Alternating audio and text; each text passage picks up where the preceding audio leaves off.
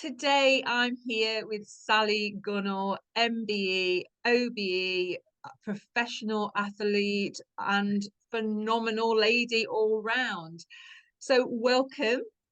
Thank you very much. Very nice to see you here today. So between 1992 and 1994, you pretty much won everything there was to win in your event.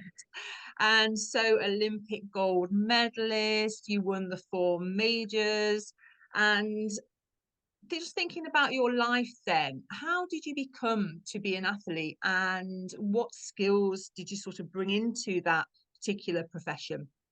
Yeah, I mean, I think, you have that natural talent and you have that from a young age. But I think it's the process you go through, the lessons that you learn on the way that sort of makes you, and to have those good few years and achieve what I did at the top. And I always say it's the ups and downs, and if I hadn't have gone through the injuries and the, I don't know, losing races that I should have done, or had the opportunity to build an amazing team around me, and I wouldn't have achieved what I did really. So it's a lot of patience, a lot of hard work, and it's not sometimes until you sort of retire and you look back and you go, wow, how did I do that? And I guess it's the sort of the sacrifices you made, but it was also worthwhile. And to think, after all these years, there's so many lessons that I learned from my running days that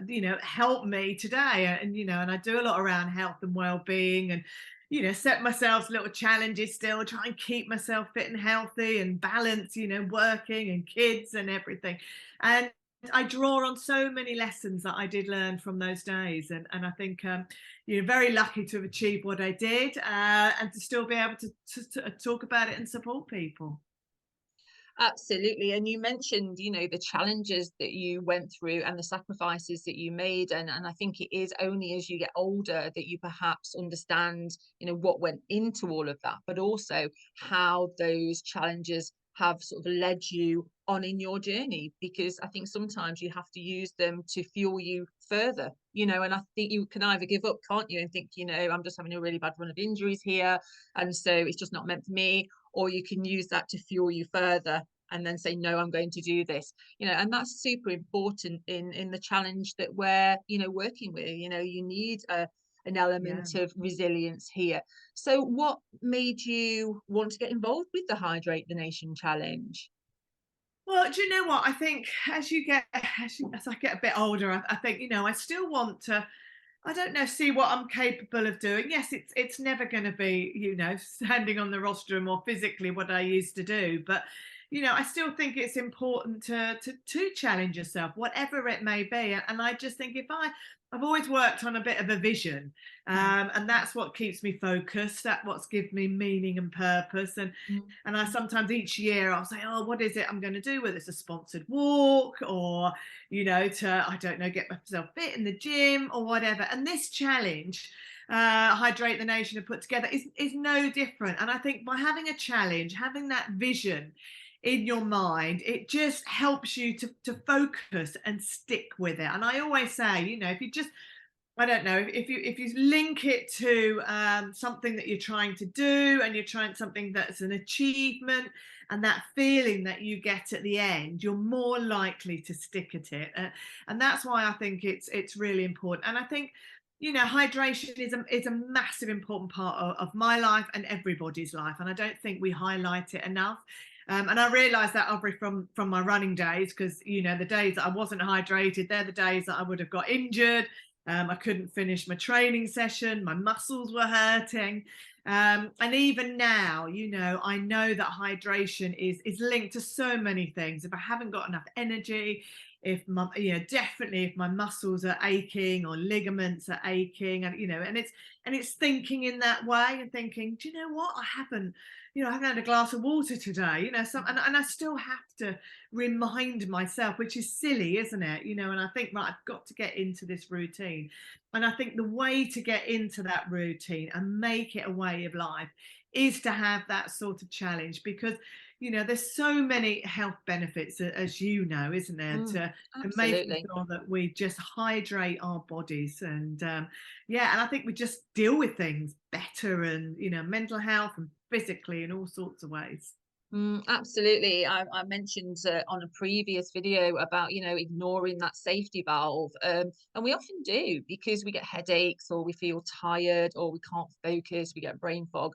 But very few people then relate that back to hydration. They might say, "Oh, probably not had enough sleep," or if it's a lady who's getting older, might link it to the menopause. Someone might link it to stress. Someone might, link it to a hangover.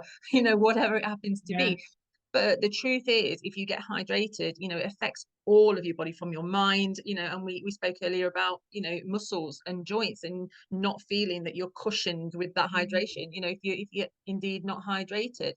So just going back to sort of your athlete days, in terms of resilience, which you've mentioned, how do you think that plays a part now as you get older? Yeah, I mean, I think resilience is a very individual thing to different people, but I come of it as a very holistic look at it, and realizing that all the little small things that we can do in our life, from what we're eating, our sleep, Mm, or exercise. And I knew when I was running that all those little things that might seem really insignificant, like, taking my pillow to an Olympic final, you know what I mean, in the village. So, it was really important to have that good cool. night's sleep.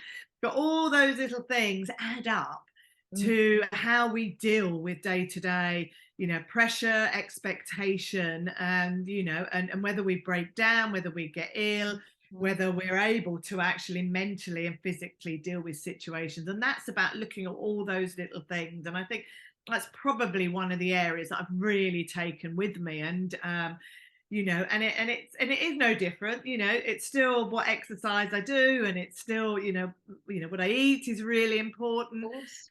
Sleep element as well. And I think, often there's, yeah, the nutritional side is, am I having too many coffees as well? All of those sorts of things. But also within that sort of holistic look, I have sort of like, yeah, just living in the now, dealing with stress, Absolutely. and just appreciating what we have. And that to me is what resilience is. It's looking at all those little pieces that, just make me a better version of who I am, and dealing with life generally.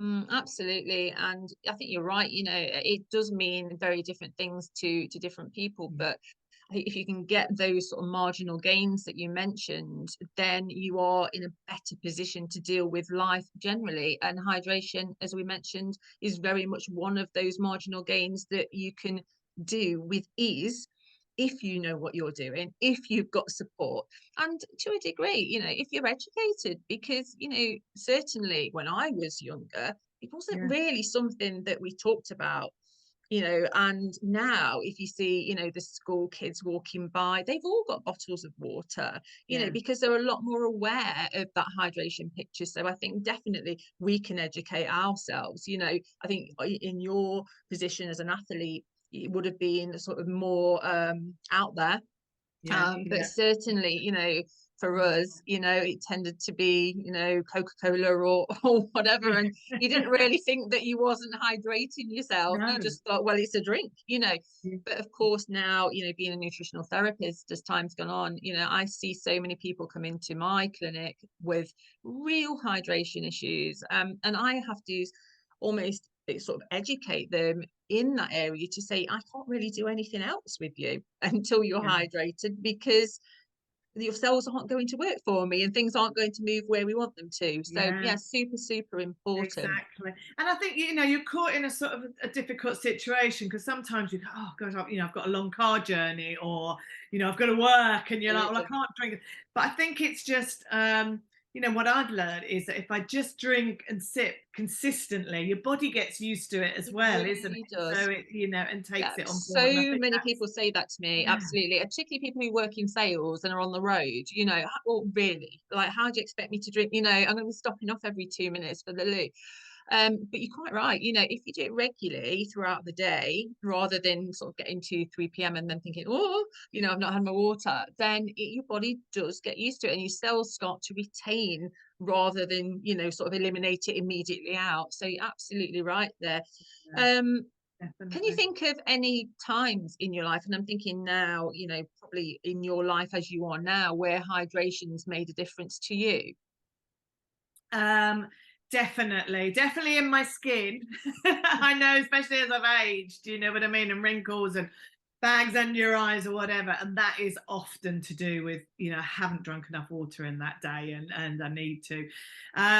So yeah, I think that's one area as I've got older that I've really sort of noticed. And I think I mean, I think probably it's definitely to do with joints and achiness and things like that. And I think it's very easy to think that I've overdone it in the garden, or I've done too much in the gym or whatever. And I've just had to really re-educate myself and remind myself that actually I've got to 12 o'clock and I don't think I've even had a glass of water, and I've probably had Absolutely. 3 cups of coffee. Yeah, So absolutely.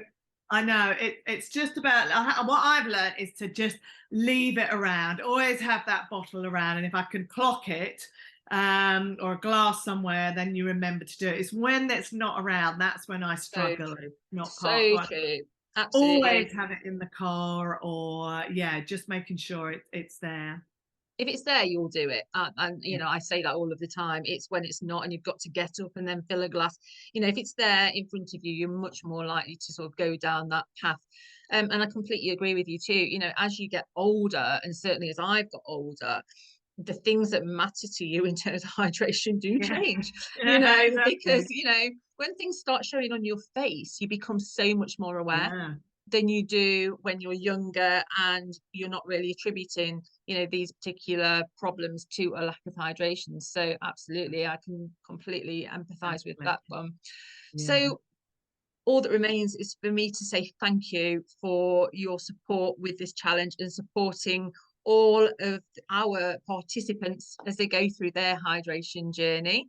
I'm sure your words of wisdom will support them significantly through the challenge, and we're all super grateful.